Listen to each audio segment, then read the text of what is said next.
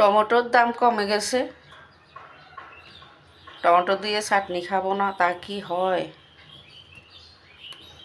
সারা বছর তো টমেটোর যে দাম থাকে, এখন অনেক দাম। তো এখন শীতে অনেক দাম কমে গেছে। তো আজকে চাটনি করব। চাটনির জন্য এই লাল লাল টমেটোগুলো অনেক ভালো হয়। এই লাল লাল টমেটো দিয়ে চাটনি করলে চাটনিগুলো যেমন দেখতে লোভনীয় হয়, খেতেও অনেক লোভনীয় লাগে। সবগুলো একদম পাকা লাল লাল টমেটো। এখন ধুয়ে কেটে নিব।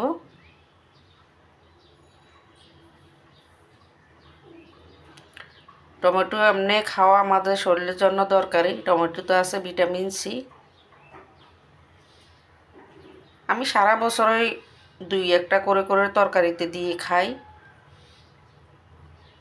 এখন বেশি করে চাটনি বানাবো।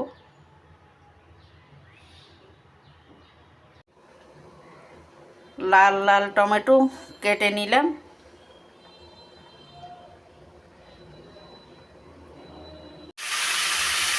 চাটনি বানানোর জন্য বসিয়ে দিলাম।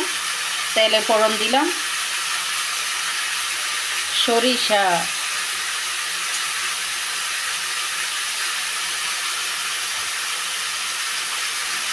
নেড়ে আগে একটু কমিয়ে নিব। কষিয়ে নিলাম কতক্ষণ। এবার দিয়ে দিলাম লবণ, হলুদ, মরিচ, একটু করে মরিচও দিলাম। তখন টক ঝাল মিষ্টি হবে চাটনিটা টক ঝাল মিষ্টি হলে ভালো লাগে। এবার দিয়ে দিচ্ছি চিনি,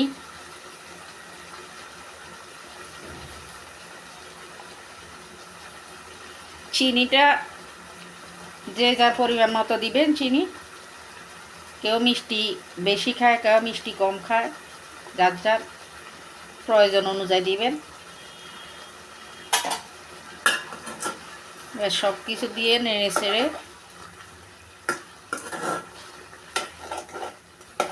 চাটনি বানিয়ে নিব। গুঁড়ো দুধ দিয়ে দিব। দুধ দিয়ে চাটনিটা বানালে মানে আপনি খালি খালিও খেতে পারবেন আচারের মতো, আবার বাদ দিয়েও খেতে পারবেন। আমার খুব খুব খুব প্রিয় এই চাটনি। আমি প্রতি বছর শীতে কয়েকবার বানাই।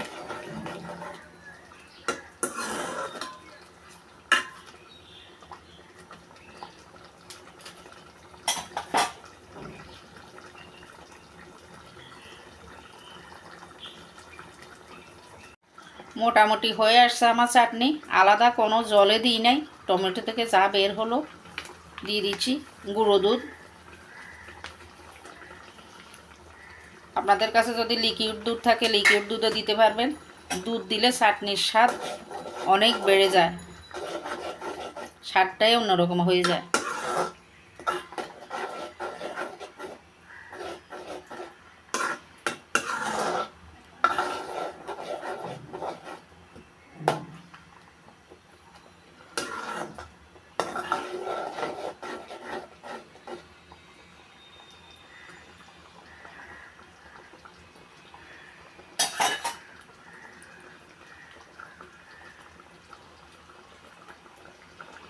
আর একটু সেদ্ধ করব।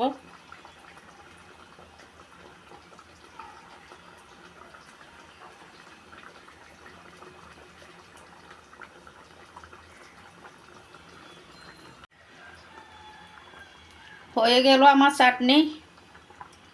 একটি করে খেয়ে দেখলাম, অনেক স্বাদ হয়েছে। তো আপনাদেরও ভালো লাগলে বানিয়ে খাবেন। আজকে এই পর্যন্তই। সবাই ভালো থাকুন, সুস্থ থাকুন, নিরাপদে থাকুন।